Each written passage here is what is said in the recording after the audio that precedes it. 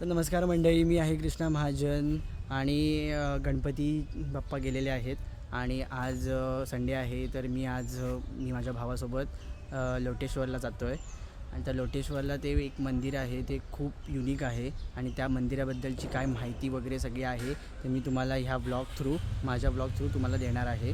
तर माझा ब्लॉग पूर्ण बघा, शेवटपर्यंत बघा, तुम्हाला समजेल. आणि तर आपण जाऊया लोटेश्वरला.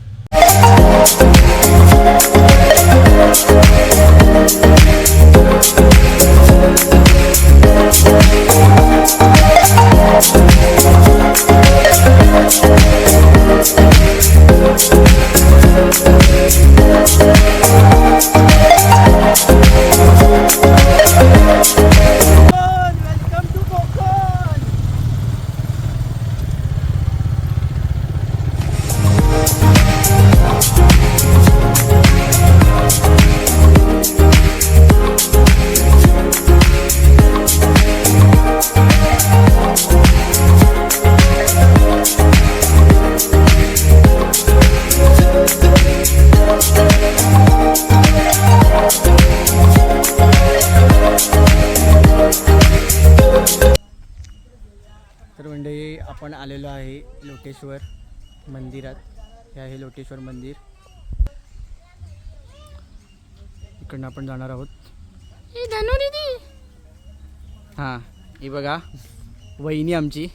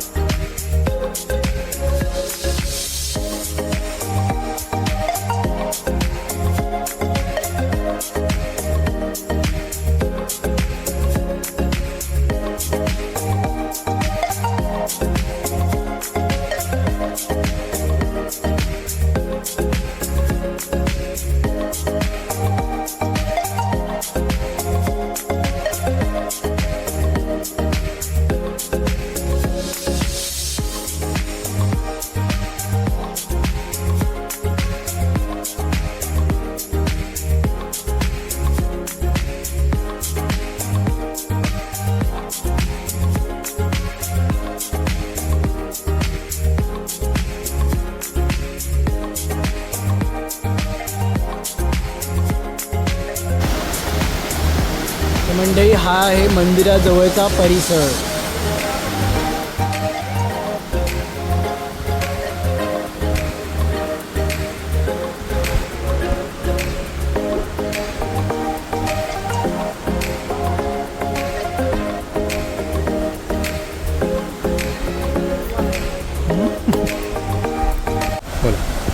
हे मंदिर पांडवकालचं आहे, म्हणजे पांडवांनी बांधलेलं आहे. अगोदर काही ह्याच्यातले आम्हाला इथं मंदिर आहे असं आमच्या लोकांना कोणाला माहितीच नव्हतं. ते एका ब्राह्मणाची इथे गुरं होती. तो एक त्यांच्याकडे गुराखी म्हणून एक गडी ठेवलेला होता.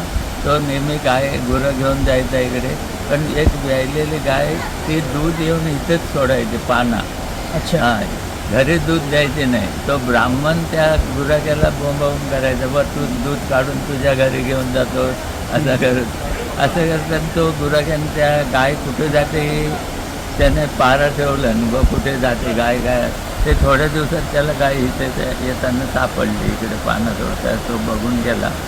त्यावेळी नंतर मग त्याने त्या ब्राह्मणाला जाऊन सांगितलं की अशी अशी गाय तुझी दूध इकडे दे, सोडते पानं, म्हणून घरी दूध देत नाही.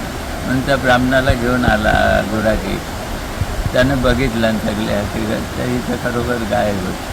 मग नंतर इकडून तिथे जायला म्हणजे जागा नव्हतं, सगळं जाली होत्या वाटलं.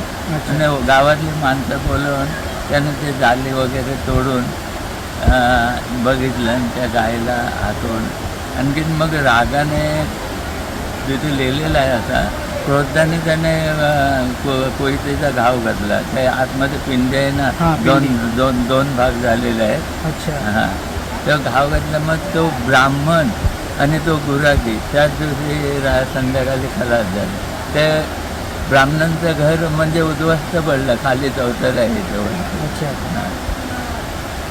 असे घेत आता मग त्याच्यानंतर मग पण हे इथे- ऑलरेडी देऊळ बांधलेलं होतं पांडवांनी. सर्व हे पांडवांपासून आहे. नाही हे वरती आम्ही बांधलेलं. अगोदर कौलार होता, कौलार. परस्तेच्या मना, नंतर छोटा घुमट होता, नंतर आता हे 6 वर्ष झाले मोठं बांधलेलं. अच्छा. पांडवांपासून आहे. पांडव ते पिंडी वगैरे ते ह्या दगडालाच कोरलेले आहे. हां, दगडापासूनच ती हा, पिंडी पिंडी. झाली. तो नंदी तिथं आहे. आमच्याकडे देणगीकडून नंदी आलेला आहे रत्नागिरीतून 4-5 वर्ष झाली, पण बसवायची परवानगी नाही.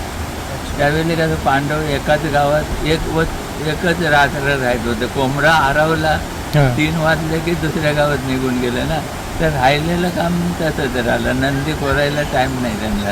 Okay okay okay. म्हणजे म्हणून त्याचं दगडासारखं दगड तर अगोदर पिंडीच्या हिशोबाने नंदी आहे ना, त्या बाजूला दरवाजा पण पाण्यामुळे आम्हाला चान्स नाही, हां. म्हणून आम्ही असा बघा. मग आता नंदी जेव्हा असतो ना, नंदी बरोबर महादेवांच्या मध्ये पिंडीच्या इथे बघत असतो. मग ते तुम्हाला कसं कळलं की नंदीच्या सिंगातून दर्शन झालं पाहिजे पिंडीचं, असं ते शास्त्र आहे. हां पण आम्हाला त्या बाजूला दरवाजा ठेवू शकत नाही. हां. पाणी काय बांधकाम पाणी आपट येतात. एवढी एक दगड हिच्या बाजूलाच होते अगोदर, ती वाहवत खाली गेली. ही एकदमच खालून बघा पोकळ आहे एकदम. अगदी पाणी इकडून तिकडे वाजतं. एक माणूस जातो खाली, हां. 3 माणसं जाऊन उभी राहतात. एवढा खड्डा आहे, गोल खड्डा ह्या दगडीच्या खाली मध्ये. ओके. पण जाणारा माणूस व्यवस्थित पाहिजे, वरती डोकं करायला भेटत नाही, एकदम झोपूनच जायला. ओके. तो दिवस म्हणजे पौष महिन्याचा दुसरा सोमवार होता. तर हां. दुसऱ्या सोमवारी आमच्याकडे महाप्रसाद उत्सव, मोठा उत्सव असतो, महाप्रसाद असतो. तो नैवेद्य आणखीन उत्सव म्हणजे त्या दोघेजण हे गेले ना, तो जांगल्याचा नैवेद्य म्हणून हां. तो उत्सव असतो. म्हणजे दोघे जण ती गाई आणि गायचा मालक हां. आणि एक गडी होता त्याने तो जांगल्याचा नैवेद्य म्हणून उत्सव. भरपूर 3-4 हजारपर्यंत माणूस होता. वरती मंडप बिंडप. हां. पौष महिन्याच्या दुसऱ्या म्हणजे महाशिवरात्र आणि हा 1 महिन्याचा फरक, एक फसला आणि एक लाचला. हां बरोबर. महाशिवरात्रीला बरोबर. ओके. महाशिवरात्रीच्या आधी 1 महिना, एका महिन्यातच येतात दोन्ही उत्सव. ठीक आहे. थँक्यू. थँक्यू बघा. अच्छा. तरी झाला. ब्लॉग झाला, कशाचा ब्लॉग झाला. पण पाऊस आला. या कधी पण बघायला तयार.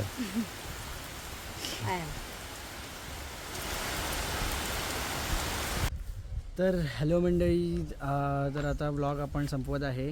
तर माझ्या ब्लॉगला खूप प्रेम द्या, पूर्ण ब्लॉग बघा, लाईक शेअर आणि सबस्क्राईब करा, सपोर्ट करा. Bye bye.